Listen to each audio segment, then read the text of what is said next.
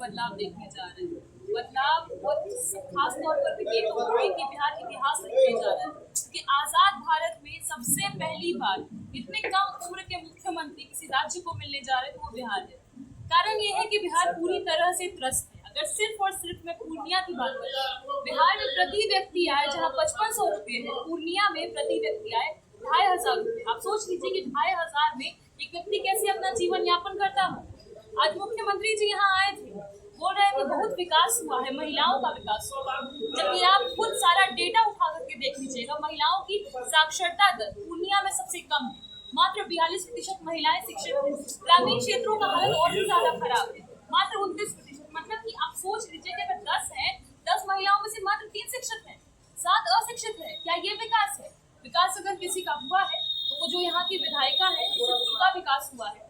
जिस विकास की बात करते हैं नीतीश कुमार जी, शायद उनके परिवार का विकास हुआ है, क्योंकि ललन बाबू ने चुनाव से ठीक पहले, लोकसभा चुनाव से ठीक पहले एक फ्लैट गिफ्ट किया था उनके बेटे निशांत कुमार। तो विकास हो सकता है उनका हुआ होगा, लेकिन यहाँ के लोग का नहीं। हम किस मुद्दे पर चुनाव लड़ रहे हैं? हमने ये कहा है, आरजेडी तेजस्वी जी ने खास तौर पर ये वादा किया है कि हम हर घर सरकारी नौकरी देंगे। हम, क्योंकि आप खुद सोचिए कि बिहार पूरे देश भर में सबसे युवा प्रदेश है।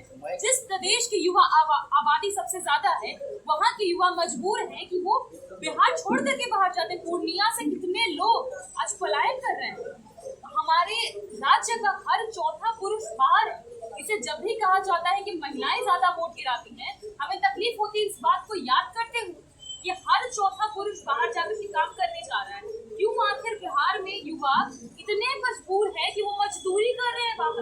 हम सूरत जा रहे हैं, गुजरात जा रहे हैं, प्रधानमंत्री हर दिन बिहार आ रहे हैं, और क्या करके प्रधानमंत्री बोल रहे हैं? वो कभी भी नौकरी की बात नहीं कर रहे हैं। रोजगार क्या? वही रोजगार है। पकौड़ा करो, वही रोजगार है। क्या ये जितने भी मंत्री हैं, विधायक हैं, खुद प्रधानमंत्री हो या फिर अमित शाह जी हो, कोई भी अपने बच्चों को ये कहता है कि तुम पकौड़ा करो या रील बनाओ, वो रोजगार? इसीलिए तेजस्वी जी ने कहा है कि हम रोजगार के नए अवसर सृजित करेंगे। मैं खुद यहाँ गांव-गांव घूम रही हूँ, लोग मुझे कह रहे हैं कि दीदी इस बार हम तेजस्वी जी को चुनेंगे ताकि हमारे लिए छोटी छोटी इंडस्ट्री लगाई जाए, फैक्ट्री लगाई जाए, चाहे चूड़ी बनाने की फैक्ट्री हो, चप्पल बनाने की फैक्ट्री हो, या सबसे ज्यादा तो 70% आबादी पूर्णिया की कृषि पर निर्भर है। जो कृषि पर निर्भर करने वाला हमारा जो जिला है, आखिर यहाँ पर क्यों कृषि आधारित एग्रो बेस्ड इंडस्ट्री सेटअप नहीं हो सकता है? ये पूर्णिया पीला सोना उगाता है, मक्का के आप जितना भी देख लीजिएगा, बड़ा बड़ा स्टोरेज जो गोदाम है, बाहर के लोगों के पास है, गुजरातियों के पास में। बिहारियों के लिए क्या है? अगर हमारे पास यही फूड प्रोसेसिंग यूनिट्स होंगे, हमारे पास हर तरह के उपकरण होंगे कि हम मक्का यही उगा करके यहीं से बेच पाए, एमएसपी होगा। जिस एमएसपी की बात तेजस्वी जी ने कहा, क्योंकि अगर किसानों को सबसे ज्यादा किसी ने बदहाल किया है तो उस व्यक्ति का नाम नीतीश कुमार, क्योंकि उन्होंने एपीएमसी को खत्म कर दिया, मंडी की व्यवस्था खत्म हो गई, एमएसपी नहीं मिल रहा, ना धान पे, ना मक्का पे, किसी चीज पे नहीं मिल रहा है। तो हम ये इंश्योर करेंगे कि किसानों को एमएसपी मिले, साथ ही साथ जो खाद है, यूरिया है, डीएपी है, सबका दाम बढ़ा करके जो बेच रही है बिचौलिया मार्केट में, वो सब खत्म हो। पूरे राज्य में ऊपर से नीचे तक भ्रष्टाचार हो रहा है। ऊपर में डीके टैक्स चल रहा है, पूर्णिया में बीजे टैक्स चल रहा है। आप कहीं भी चले जाइए, ब्लॉक लेवल पे चले जाइए, थाना लेवल पे चले जाइए, बिना पैसे दिए ये काम नहीं हो रहा है। जनता बहुत त्रस्त है। कोई क्यों चाहेगा कि मैं अपना घर परिवार छोड़ूं, घर परिवार छोड़कर कि बाहर कमाने जाऊं, अगर यही रहने की व्यवस्था होगी? तेजस्वी जी का एक सपना है कि हम लोग यहाँ पर जो युवा बाहर पलायन कर चुके हैं, उनको हम वापस लेकर के आए, उनके घरों तक पहुंचाए, इसलिए हर घर सरकारी नौकरी दे। जितनी जीविका दीदी है, उनमें से जो सीएम है, उनको पक्की नौकरी दे। जो जीविका दीदियों में मान लीजिए जो अध्यक्ष है, सचिव है, इन लोगों को 2-2 हजार रुपये का हम समर्थन दे, इनका हम बीमा कराए, ये सारी 200 यूनिट बिजली फ्री दे, 500 में गैस सिलेंडर दे। और जब तेजस्वी जी ने कहा ना कि हम जब हर घर सरकारी नौकरी देंगे, तो ये लोग इसी तरह से मजाक बना रहे थे जैसे पिछले विधानसभा चुनाव में बनाया था। पैसा कहाँ से लाओगे, कहाँ से दोगे?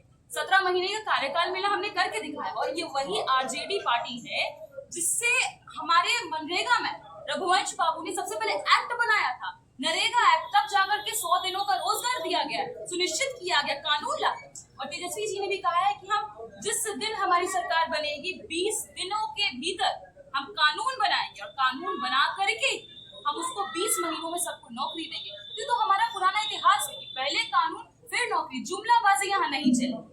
और मैं बस यही बताना चाहूँ कि जो भी हमारे वादे हैं, आप देखिए सब मुद्दा पे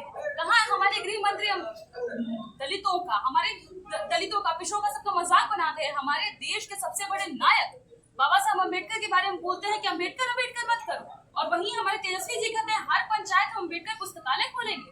ये लोग कर्पूरी ठाकुर जी की मां को गाली दिया करते थे, और हम कह रहे हैं कि हम हर जिले में कर्पूरी ठाकुर आवासीय विद्यालय खोलेंगे। हम शिक्षा की बात करते हैं, वो कट्टा की बात करते हैं, ये फर्क है। प्रधानमंत्री जी जब भी बिहार आ रहे हैं 2 शब्द का इस्तेमाल कर रहे हैं, कट्टा कनपट्टा। हो सकता है उनका एरिया ऑफ इंटरेस्ट रहा होगा, इसी शब्द उनको पसंद आता है। तेजस्वी जी सिर्फ कलम की बात करते हैं। इसलिए मैं मानती हूँ कि बिहार में इस बार बदलाव तय है, और इस सीट से संतोष कुशवाहा जी जीतने जा रहे हैं, क्योंकि एक तरफ राशन चोर महिला है, और यहाँ पूर्णिया का पूरा विकास का अगर किसी को क्रेडिट जाता है तो उनको जाता है, चाहे वो पूर्णिया यूनिवर्सिटी देना हो या मेडिकल कॉलेज, इंजीनियरिंग कॉलेज। जहाँ तक मुझे मालूम है, जितनी खबर जाती है, इन्होंने ये सारे काम किए हैं। तो हम काम करने वाले लोग हैं और वो जुमलेबाजी करने वाले लोग हैं। इसलिए इस बार बदलाव तय है, क्योंकि हम लोग भ्रष्टाचार को, अपराध को सहते सहते थक चुके हैं। ये पूर्णिया वही पूर्णिया है ना जहाँ पे अति पिछड़े समुदाय की बेटी काजल के साथ जो कुछ हुआ, क्या न्याय मिल पाया है? नहीं मिलेगा, क्योंकि ये लोग नफरत करते हैं। आपने बोली सुनी ललन जी की, उन्होंने कहा है कि किसी भी जो नेता जो आपके विरोध का है उसको घर से मत निकलने दीजिए, उसको घर में पैक कर दीजिए। मतलब जितना दलित पिछड़ा उसको वोट मत देने दो, पैक कर। हम इसका जवाब बहुत अच्छे से देना जानते हैं, और हमारा जवाब यही होगा कि वोट के चोट से सरकार को बदला जाएगा, जो हनक पावर का इसको खत्म किया जाएगा। इसीलिए बिहार में बदलाव होने जा रहा है। हर युवा अपना भविष्य खुद लिखेगा, इसे तेजस्वी जी को चुनेगा। पूर्णिया में यहाँ दमदाह से हम लोग संतोष कुशवाहा जी को चुनेंगे।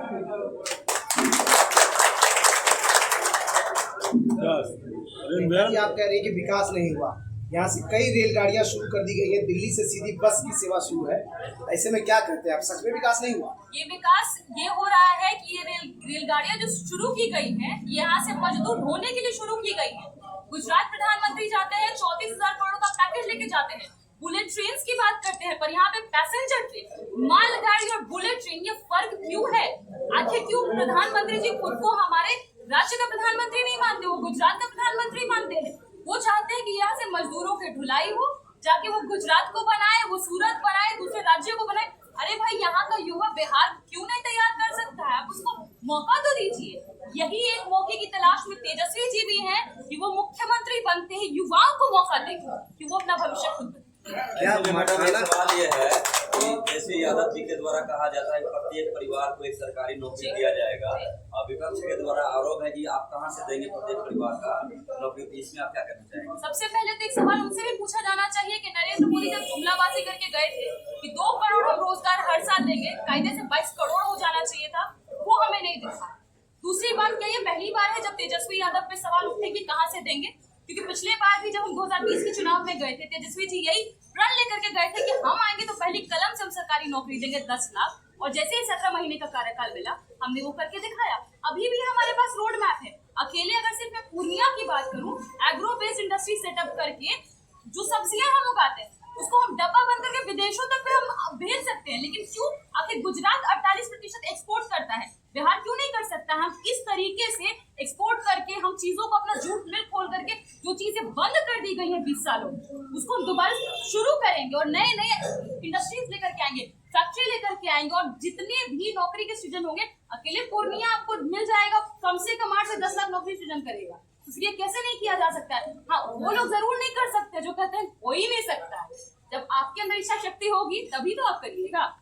प्रियंका जी, पूर्णिया मखाना का बहुत बड़ा उत्पादक है, ऐसे में अगर क्या आरजेडी सत्ता में आती है तो मखाना पर जो लगने वाला जीएसटी है वो उसको रिड्यूस करेगी या खत्म करेगी?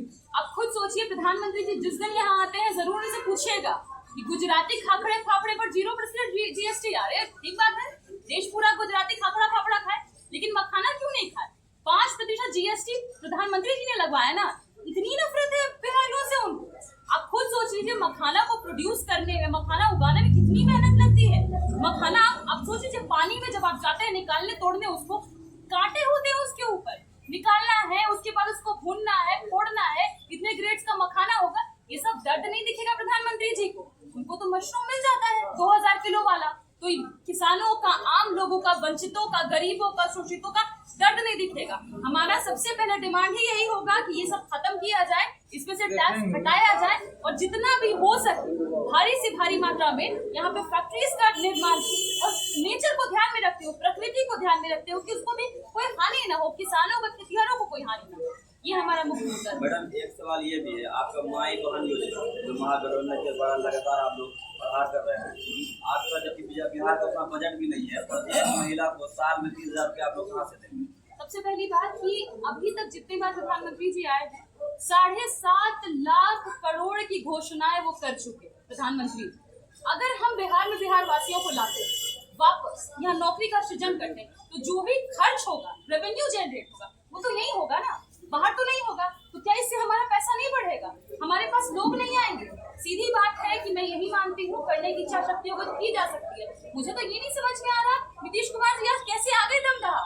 पिछले 2020 के चुनावों में यही धरती थी ना, बोले थे आखिरी चुनाव है हमारा, तो आखिरी ही बना दिया जाए इसको और आखिरी ही रखा जाए इसको, और इस बार बिहार में बदलाव किया जाए। सबसे कम एज वाली आयु वाले युवा मुख्यमंत्री को बिहार में लाया जाए।